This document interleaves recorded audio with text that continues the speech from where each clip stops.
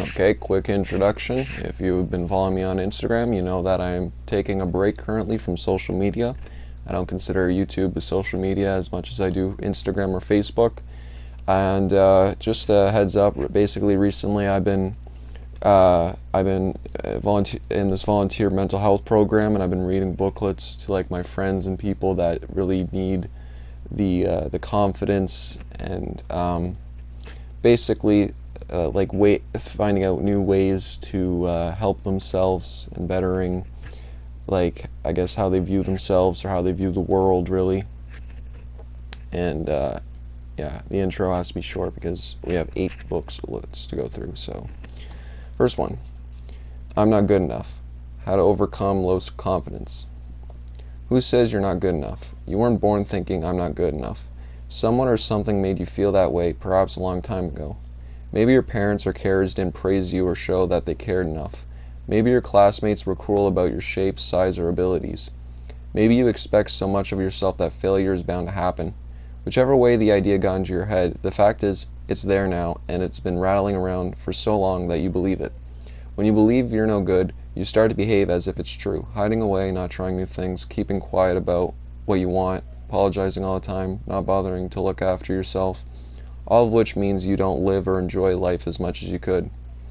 But you can change. This booklet contains an easy plan for replacing bad ideas like I'm no good with much more sensible ones like I'm alright really. Well done. You chose to make a change. Keep doing that and your problems will soon be over. How come? Because it's so easy to believe ideas like I'm useless or I'll never change, but there are just ideas that got into your head a while ago.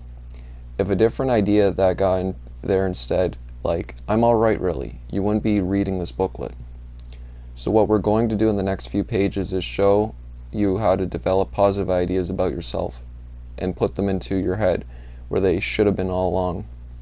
Then, when you have a choice of things to believe, you can pick the right one like you did a minute ago. Sounds simple, doesn't it? So what are you going to choose? You're getting good at this, so let's get some positive ideas going. If we told you the earth is flat, you wouldn't believe us because you've been abroad and didn't drop off the edge. You have the evidence. It's the same with ideas about yourself. It's hard to believe I'm alright really when you don't think you've got any evidence for it. So the first step in your plan is to spot some things you like about yourself and write them down. Things you did well. Times you were helpful to others, times you did something even when it's hard. Things you do that people really appreciate, things you know a lot about, things you can do easily or quickly, times when you made a good contribution to a group activity. Alright, so for this portion you can make your list, and then when you're done you can come back for the next portion, which will begin now. Now learn your list by heart, and say it to yourself whenever you feel small. You now have a list of reasons to believe you're okay and everyone is real, or true. Unlike those I'm no good ideas that sometimes come into your head, learn the list and add more things to it as you think of them. Keep repeating it so that it really sticks in your mind. Say it to yourself before going to sleep.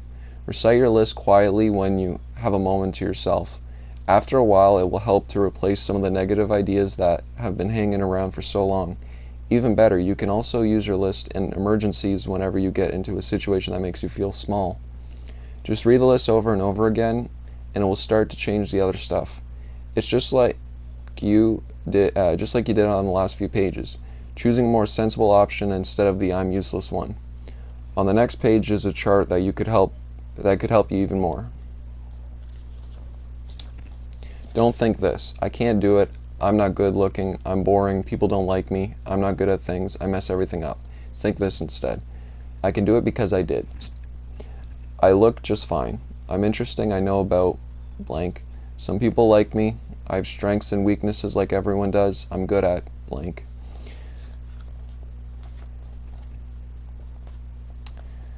Change what you do. How to build your confidence step by step. Everyone has an inside and an outside, and they're different. You know those people who seem so confident? They're just like you inside, but they know a trick. Walk confident, talk confident, and you'll slowly become confident. So what So what you need to do is to be yourself and make some small, steady changes to let the real you shine. To begin with, take a good look at you or how you present to others. Think about what you wear, how you stand, what you say, and how you say it. You'll also need to become very observant. Now you get to make some changes. Steps to improving your confidence. How do other people do it? Watch the way confident people stand. It's straight, isn't it? They often seem a bit taller than they really are. Now pay attention to the way they hold themselves and move. There's no shuffling about, no slumping in chairs, no hiding in corners. And when they're speaking to you, they look at you directly in the eye. Now listen to the way they speak. They're pretty loud, aren't they? And they often speak quite slowly, not having to rush because they somehow know that everyone will keep on listening. Your task is to slowly work towards this so people see the real you. Remember, most confident people aren't like that all the way through. They just know how to act confident on the outside. After a while, you'll start to notice a real difference in how you present yourself. Turn over for more helpful hints. Don't do this. Mumble, talk too quickly, slump in your chair, hunch over, look away or look down, shut down conversations. Do this instead. Try to speak a little louder and clearer. Slow down and pause while speaking. Sit up straight, shoulders back. Walk tall, lift your chin up. Make eye contact with others as much as possible and smile. Ask questions to get conversations going. Am I up to this? Yes, you are. It sounds like a lot to do, doesn't it? To change your thinking and then start practicing ways to become a more confident you. But you only have to do these things a little bit at first. Make that list of things you like about yourself and just try reciting it once or twice when you feel small. Pick a confident person and notice one of their mannerisms to start with. You won't become the life and soul of the party overnight, and you might not even want to be that loud and bouncy anyway. You're not here to become a big pop star or a famous actor.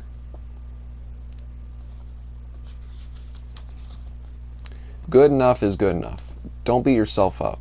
In the real world, you don't have to get straight A's to be happy, successful, and popular. In fact, the world's happiest people are those who are content with themselves as they are.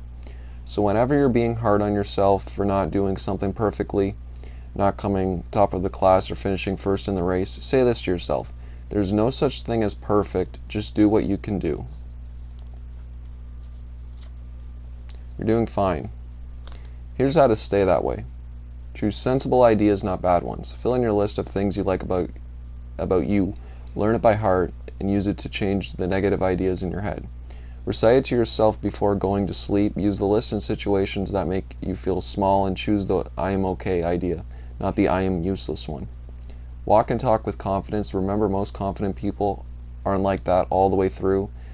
They just know how to act confident on the outside. So do the same. Walk confident, talk confident, look confident, and you'll be confident. Remember, there is no such thing as perfect. Just do what you can do. Nobody's perfect, so don't beat yourself up because you can't reach an impossible goal. Go for it.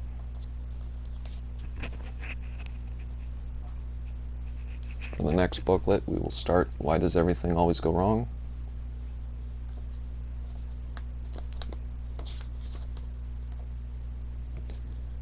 Sound familiar? That's because loads of people think that way.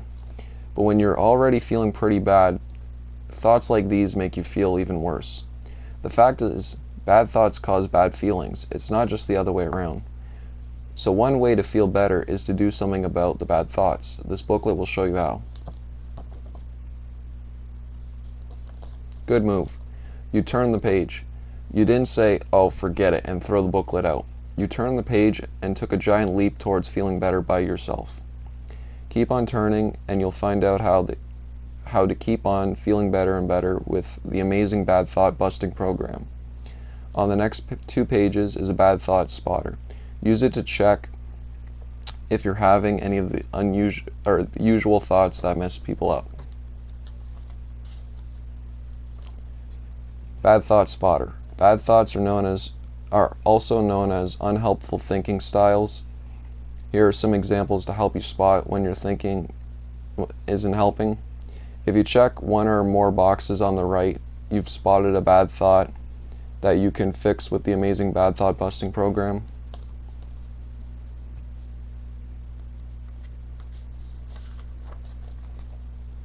Step 1. First, label the thought. When you notice one of your bad thoughts don't get all screwed up, just mentally step back and stick a label on it.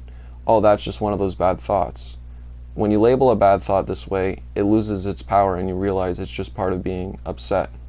It's not the truth. It's just one of those bad thoughts. You could even talk to it. Say you're caught. I'm not playing that game again. Step 2. Now leave it alone. Mentally turn your back on the bad thought. Don't challenge it or try to argue with it. Just let it be. Bad thoughts love attention, so don't give it any. Instead, think about what you're doing right now, or stuff that you're planning on doing for the future, or things you've achieved lately. Step 3, stand up to it.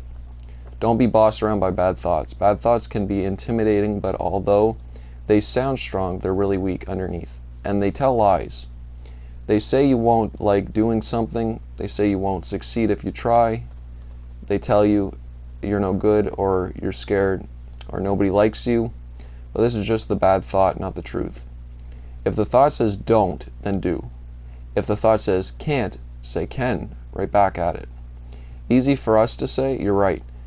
But just give it a try one time, you'll find that you really can beat the bad thoughts.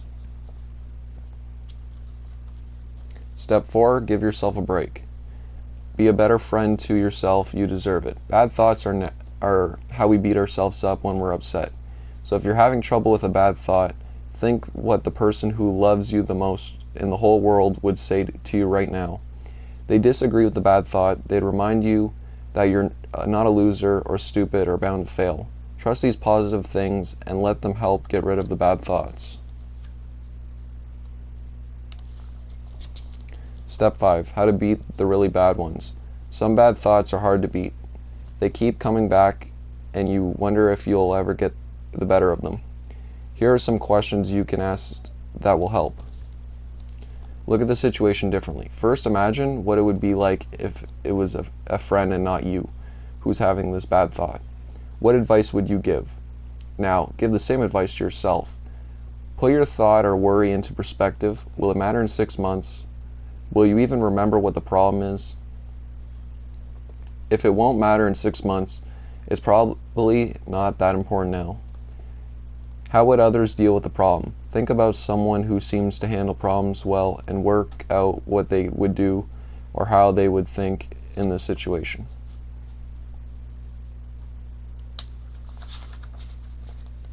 Recap. So, the amazing bad thought busting program. Bad thoughts mess you up and actually cause bad feelings. Beat bad thoughts and you'll feel better. When you notice a bad thought, label it.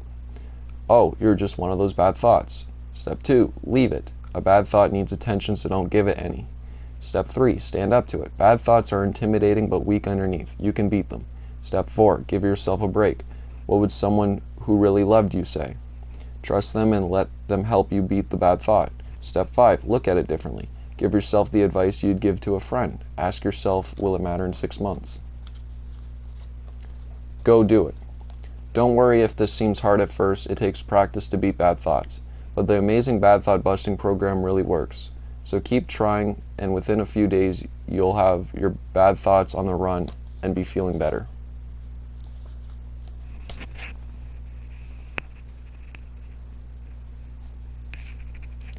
Next booklet, I can't be bothered doing anything. You know what? You're in a vicious cycle. When you feel low, you tend to stop doing things. You don't go out as much, and you avoid seeing friends. As a result, you feel even lower, and then you feel like doing even less. It's like the less you do, the worse you feel. The worse you feel, the less you do. And it keeps on going around and around and around. Wow, you broke the cycle. All it took was a little bit of positive action, turning that page. Now all you have to do is take another tiny step, then another and another. What steps? That's what this booklet is about, to show you how the easy steps you can take to break the cycle into bits and start feeling better.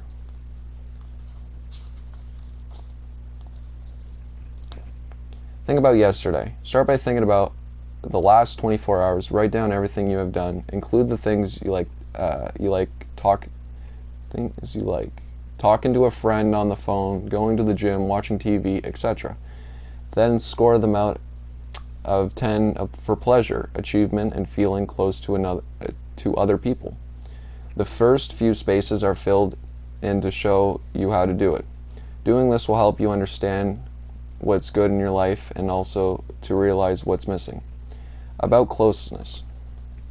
Feeling close to others is really important, but when we're down, we sometimes hide away. If your diary doesn't have enough things with a good closeness score, this booklet will help you sort that out. When you're done with that, we can move on to the next page, starting now.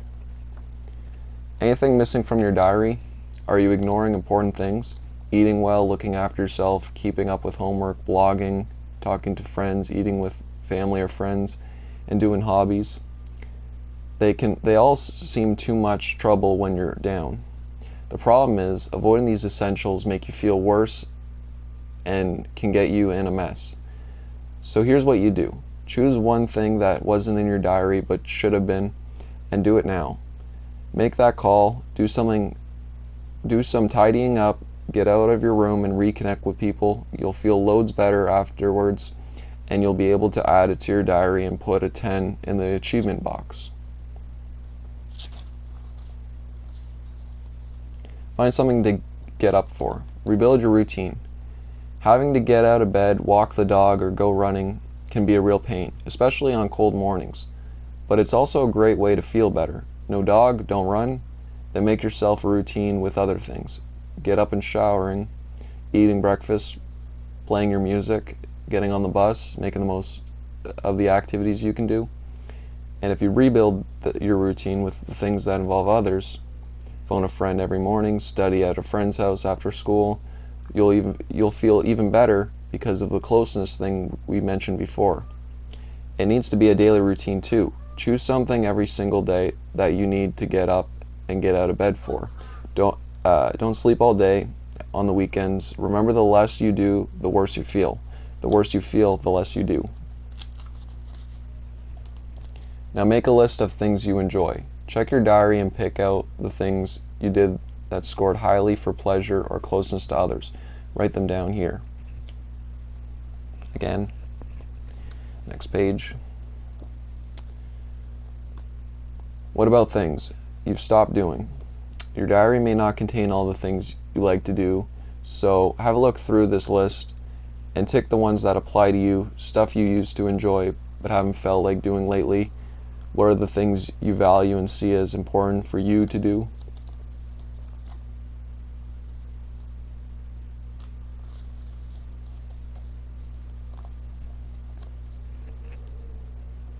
Plan. One of the reasons we feel worse when we stop doing things is the fact that it's usually the things we like that we avoid first. No wonder life seems to go down and down. To start it going up again, you need to pick good things to fill your day with. Not all the time, just one thing to start with. So once you've got a bit of a routine going, the next step of your plan is to look at your lists you just made and pick one of the things on them. Pick something that you used to give or pleasure or a sense of achievement, or something that you think is worth the while or made you feel close to others. Now write it down in big letters. Good. You've just written down the thing you're going to start doing again. Don't worry. You're not going to do it all at once. Instead, you're going to break it into tiny pieces and do them one by one in easy steps. How? Have a look at the example opposite. For example, Connor used to like meeting his friends for a coffee, but since he's been fed up, he hasn't had the energy for it. This is what he wrote in his plan for getting back to meeting them. Step 1. Practice getting to the coffee shop I like. Step 2. have a coffee by myself, enjoy the taste and smell of the coffee and being with others in the shop. Step 3, phone. Text or email a friend and ask if they can meet for a coffee. Step 4, meet up with them and have a good time. Step 5, decide to do it again and ask a couple more people. Step 6, arrange to meet some new people as well, so I'm widening the group I meet. Step 7, have fun when I meet and feel the difference. Connor knew he could take one step a day or one step a week. It didn't matter. What mattered was having a plan and making steady progress towards getting some fun back in his life. Right, that's enough of Connor. Now back to your plan.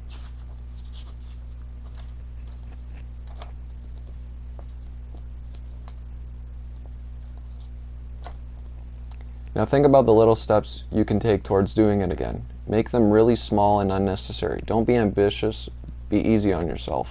And don't worry if you have to keep crossing things out. There's plenty of space. Again, when you're done. What if something gets in your way? As soon as you're written your plan, think about what could stop it from happening. Are there any things that might trip you up?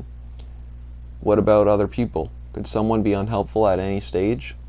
When you figured out what could block your progress, work out another mini plan for getting around the obstacle. It's called unblocking. This way you'll be ready for whatever happens. Pat on the back. As you do your own plan, think about how it helped you feel better or closer to people. Give yourself a pat on the back each evening for the things you have achieved that day. And then write those down.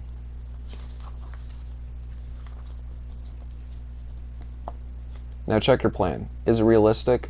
You're not planning to run a marathon, are you?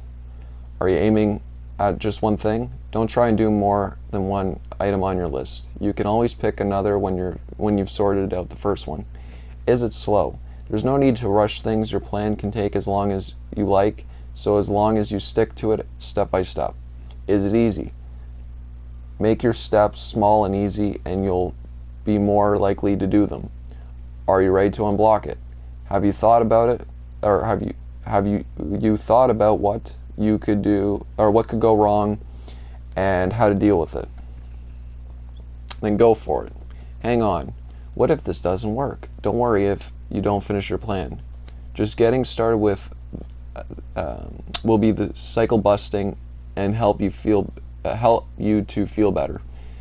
If you find that you get stuck halfway through, just sit down and think about why. Are the steps too big or hard? Would it have been better if you had chosen some other activity? Do you need to do a bit of unblocking? If so, just go back to the beginning of this booklet, make another plan, and have a go at that. There's no reason to beat yourself up. You're doing great, you're working on a plan, you deserve a medal.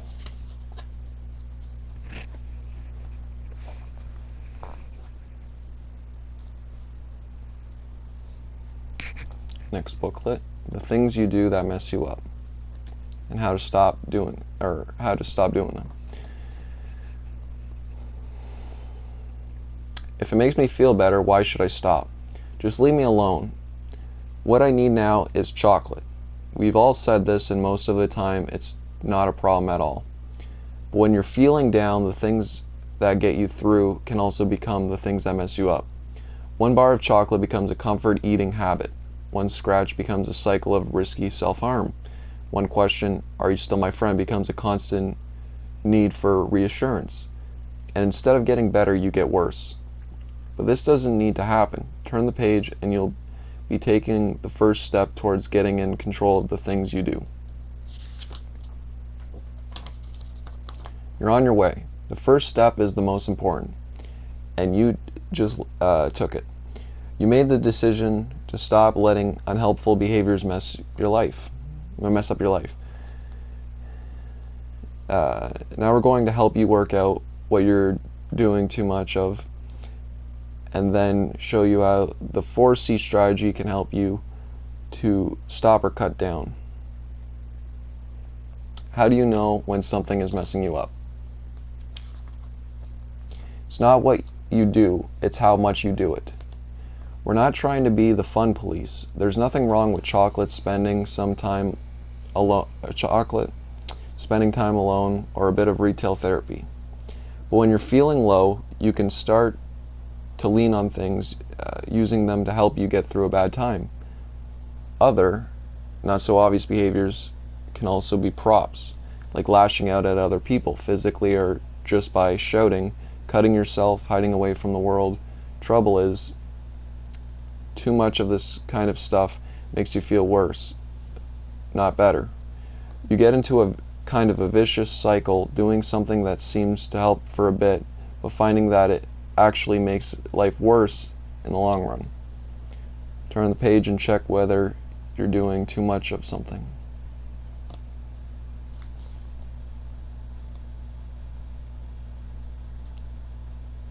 Want to stop or cut down? Turn over. Okay, so you need to work on something. Here's how. First, don't beat yourself up. Most people get into a cycle of doing unhelpful things when they're feeling down. The fact that you're reading this means you're on the way to fixing it. All you have to do is choose one problem behavior to work on, and follow our 4C strategy to get control. Break the problem into chunks. It's hard to stop doing something all at once, especially if you've been doing it for ages. So break it into easy chunks. Let's say you feel you never see your friends outside of school. You could break the week into bits and make an effort to see them on Mondays, for example. If you think that you are spending too much time alone, you could try watching TV with your family a couple of nights a week instead of sitting in your room. Why not phone your friends and have conversations rather than texting? Or if you feel you're on social media or using apps too much, you could start by not checking it for an afternoon or a day. Most problems can be chopped like this, and you're much more likely to succeed when you do things bit by bit. Step 2. Brainstorm ways to do the first piece. Grab a piece of paper and write down all the things you could do to work on the first bit of the problem. To start seeing more of your friends, you could join an after-school club that is held every Monday. Spending too much time watching TV, you could get out those board games you like to play on vacation, or ask a family member to play a sport with you, or choose to chat about people's days as you eat in the evening. Trying to cut down social media or apps, leave your phone in another room, or put it on silent for part of the day. Switch it off at a certain time in the evening. The trick with brainstorming is to let your mind go and write everything down, the weird things as well as the sensible ones.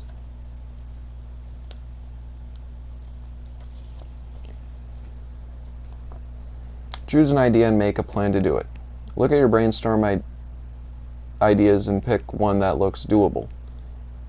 Now, take another piece of paper and write down, step by step, how to actually do it. Make the steps as small as you like. Get up, get dressed, walk to the front door, open the door, and so on.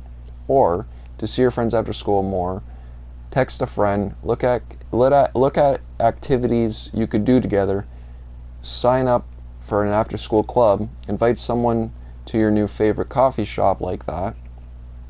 Or, for using social media less, leave your phone in the other room, forget your phone on purpose one day when you go to school. Set your phone and computer up to block some social media sites. Make sure that the steps are small, straightforward, and seem like things you could really do. What if something gets in the way? As soon as you've written your plan, think about what could stop it from happening. Is there anything that might trip you up? Could someone else be unhelpful at any stage? When you know what could block your progress, make a mini plan for getting around the block. This way, you'll be ready for whatever happens. Check the plan and put it into action. This is it. You've written down all the steps. Now you need to check that they're doable. Use the 5-tick test. Is it realistic? You're not planning to run a marathon, are you? Are you aiming at just one thing? Don't try and do more than one item on your list. You can always pick up another when you've sorted out the first one.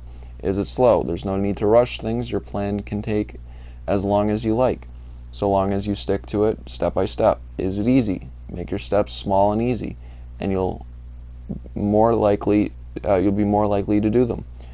Are you ready to unblock it? Have you thought about what you could do, what could go wrong, and how to deal with it?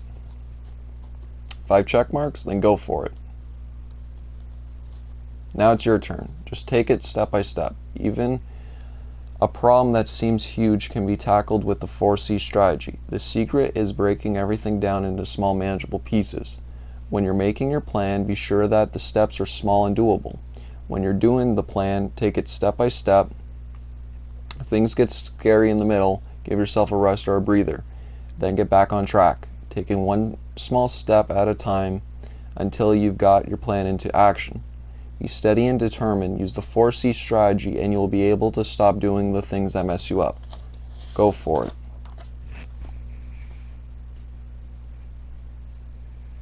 Next booklet, How to Fix Almost Everything in Just 4 Steps.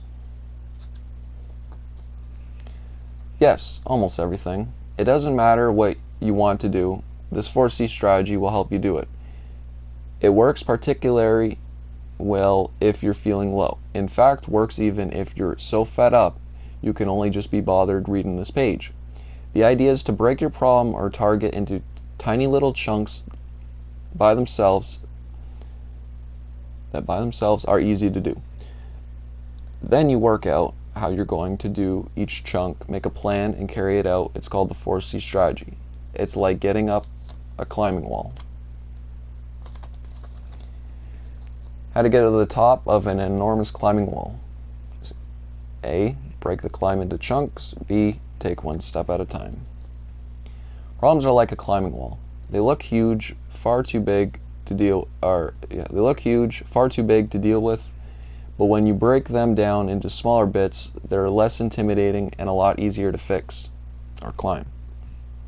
That's why the first C is break your problems into chunks. Let's say you feel you never see your friends outside of school. You could break the week into bits and make an effort to see them on Mondays, for example. If you think you are spending too much time alone, you could try watching TV with your family a couple of nights a week instead of sitting in your room. Why not phone your friends and have a conversation rather than texting? Or if you feel you're on social media or using apps too much, you could start by not checking it for an afternoon or a day. Most problems can be chopped up like this, and you're much more likely to succeed when you do things bit by bit.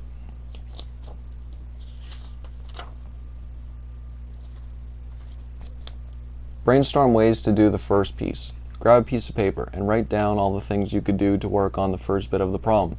The trick with brainstorming is to let your mind run free and write everything down, and the wacky things as well as the sensible ones. To start seeing more of your friends, you could join an after-school program that is held every Monday. Spending too much time watching TV, you could get out one of those board games you like to play at the holiday time as a family, or ask a family member to play a sport with you, or choose to chat about people's days as you eat in the evening. Trying to cut down social media or apps? Leave your phone in another room or put it on silent for the part of the day.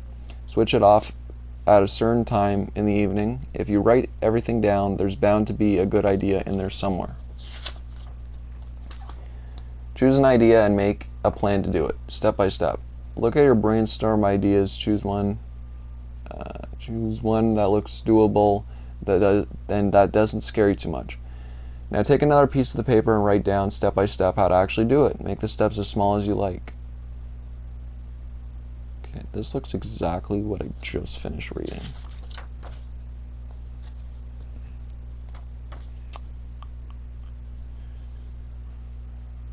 Okay, let's just jump to this page. Don't worry, you can do it. 4C strategy really works even when you have a really tough problem to deal with. Remembering the climbing wall, you can get to the top step by step. All you have to do is keep on climbing. And don't beat yourself up if the things go wrong halfway through. Just calmly go back to the plan and take those small, steady steps again. But what about when your enthusiasm goes? When the novelty wears off and you can't remember why you went through all this trouble in the first place? That's when you need the next 2 pages.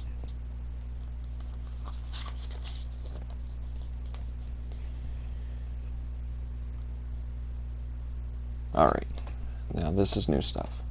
What to do when the going gets tough? Remind yourself why you're doing this. If you're having trouble keeping going, stay in the middle of your plan when the things are getting difficult. Try these ideas to remind yourself why you started in the first place. Write down the reasons why you want to do this and put them where you can see them.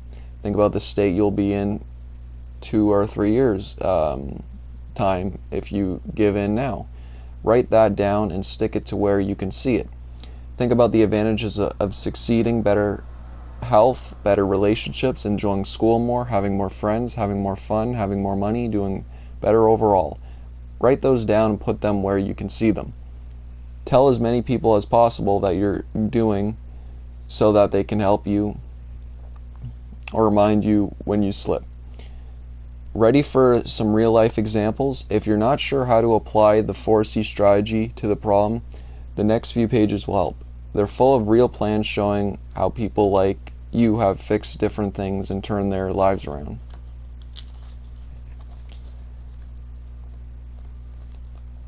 I want to make new friends. First, the chunk portion. How do you break making new friends into little steps? Change it to make one new friend. It's a lot easier to work at finding and connecting with one person than to try to transforming yourself into the life and soul of the neighborhood. So let's say your chosen step is find and make one new friend. You can always repeat the process when you have succeeded. Second, consider. Here's how your brainstorm might go. List the people you know that you'd like to be a friend. List the people you haven't spoken to or hung out with in a while.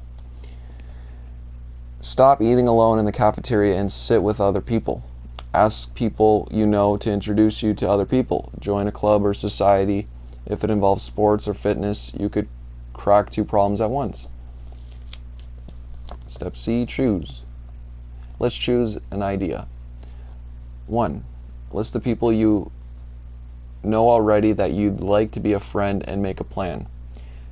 Make a list of people you met briefly and those who you added on Facebook or swapped numbers with but have never contacted.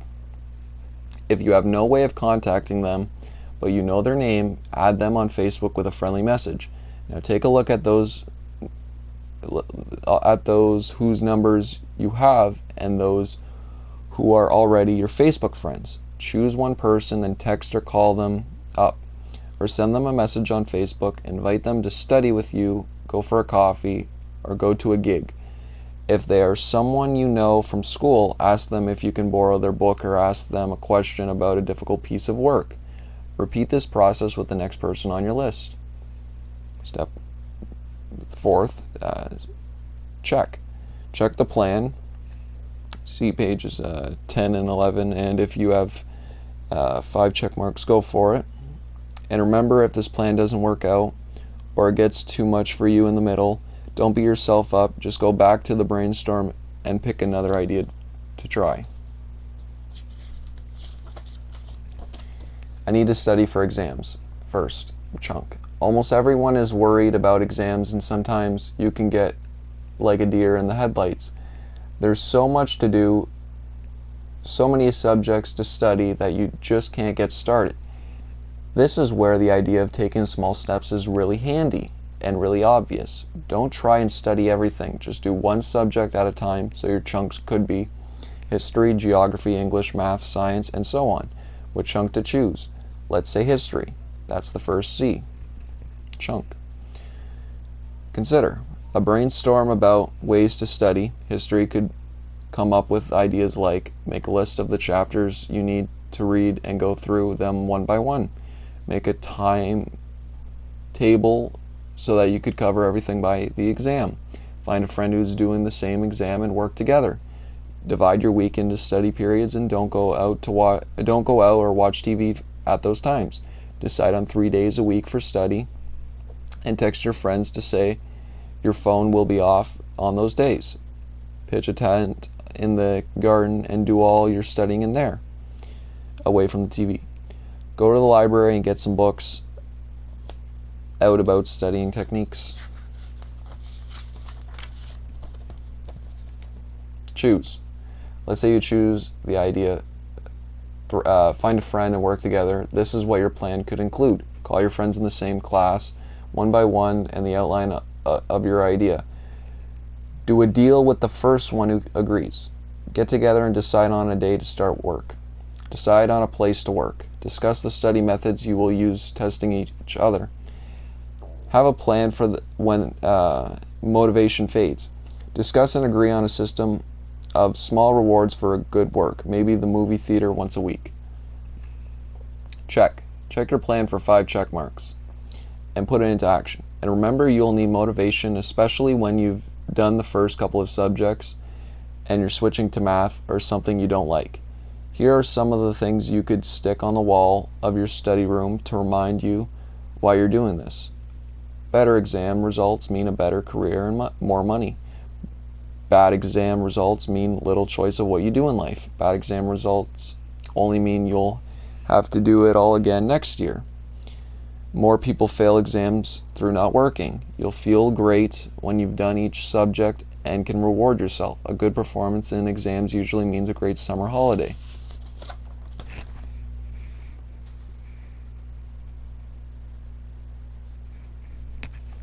One, two, three, breathe.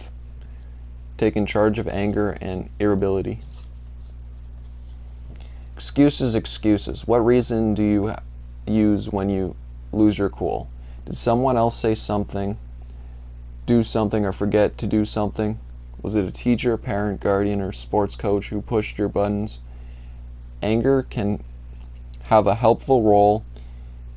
It can get you motivated to respond and change things. But if it gets out of control, it can get you into trouble, into hospital, or out of relationships and out of school. Lose your temper all the time, and you'll probably lose everything eventually.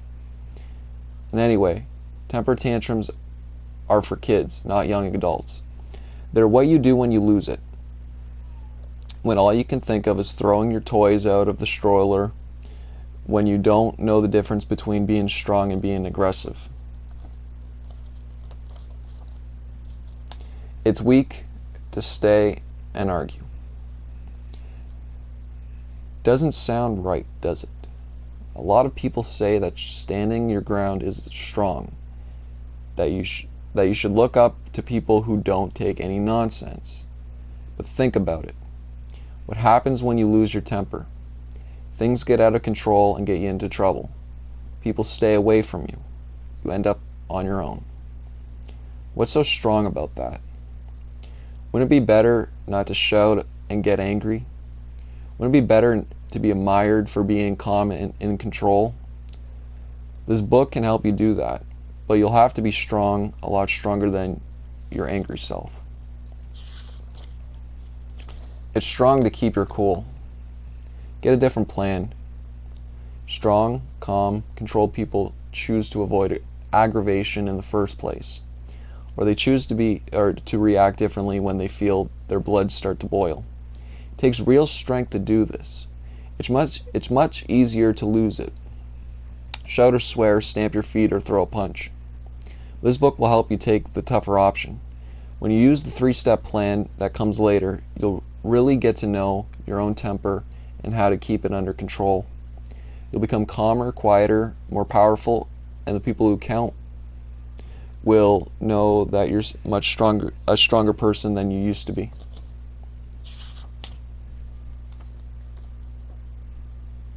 You got a problem with that? It's not strong to lose it. If you still think losing control of yourself isn't stupid, think about this. Imagine you've passed your driving test. You're driving a car quite fast and you come to a slight bend with a slippery surface. You're going to need all your skill to stay on the road, so you can take a deep breath, remembering everything you've learned about driving. Grip the wheel and control the car until the danger's past. What would happen if you lost it instead? If you let a red mist come down and got angry at the bend because it was too tight, you'd skid, wouldn't you?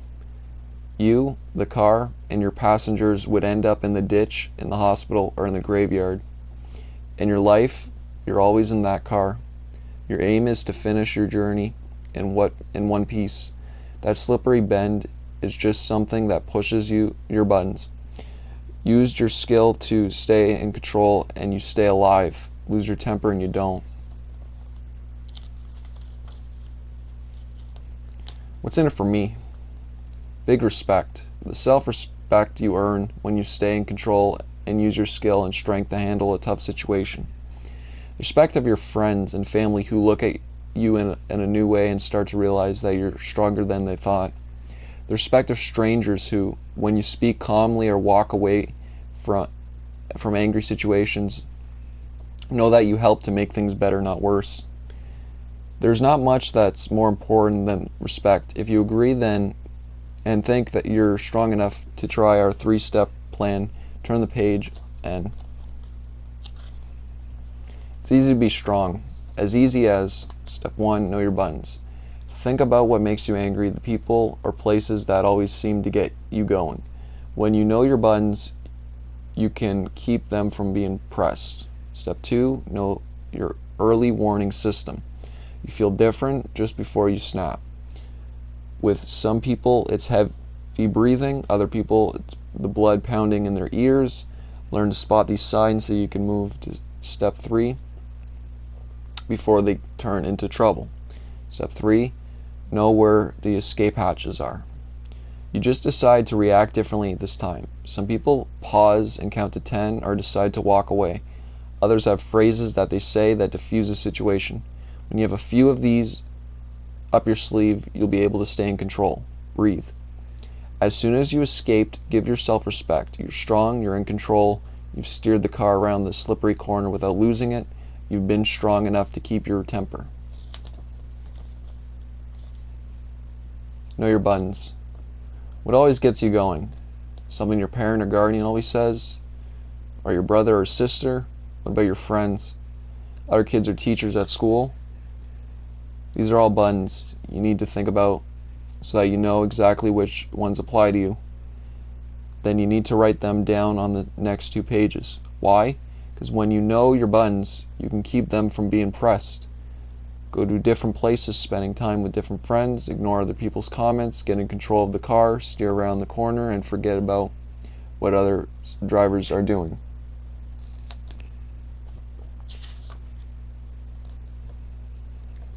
Write down the things that make you lose your temper or get irritable. What gets me going? Oh, okay, yeah. And after that, you can move on to the next page. Know your early warning system. Feeling tense? Think about the last time you lost your temper. How did you feel just beforehand? Can you remember what happened physically or mentally? You may have started breathing heavily, clenched your fists, stood up suddenly, folded your arms, drummed on the table with your fingers. Some people really do see a red mist in front of their eyes. Or maybe your early warnings are in your mind. You start to feel critical of someone else. You don't think much of their appearance, their voice, their clothes, their opinions. Maybe feel ignored or think people are looking down on you. All these signs are really useful because they warn you that you're getting near to losing it. They're like a road sign that says slippery corner ahead. Think about the signs that apply to you and write down as many as you can on the next 2 pages. My early warning system. Write down all the things you think and feel just before you lose it. And we'll go to the next page. More escape hatches. Smile. When your face or fists are tensing up, make yourself smile and feel the aggravation go away.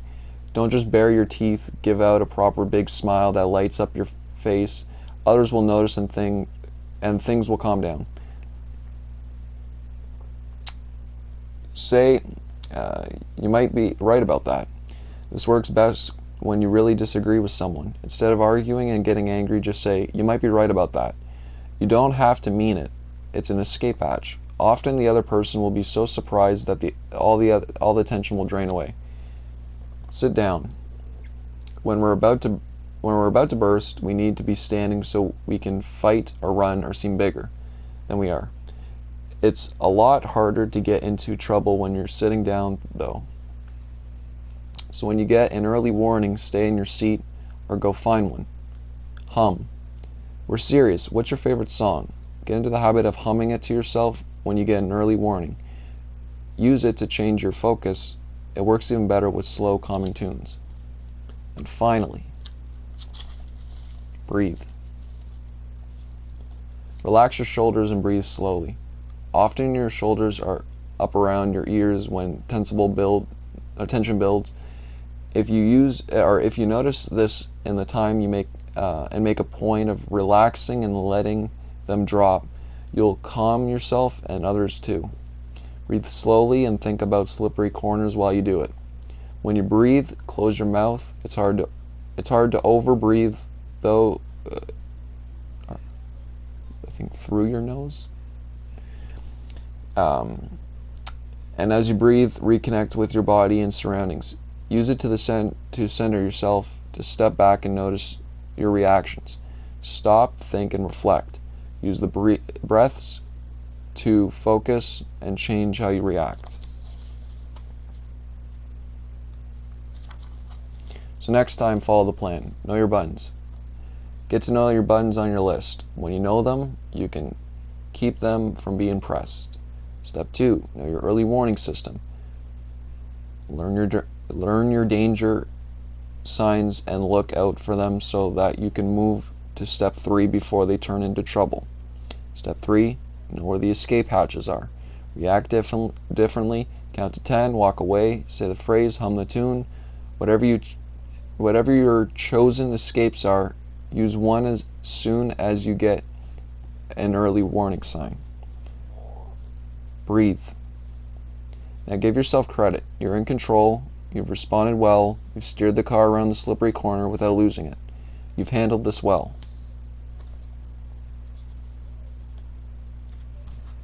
Okay, we're going to have to make a part 2. In part 2, we'll be covering the last 2 books, 10 things you can do to feel happier straight away, and write all over your bathroom mirror.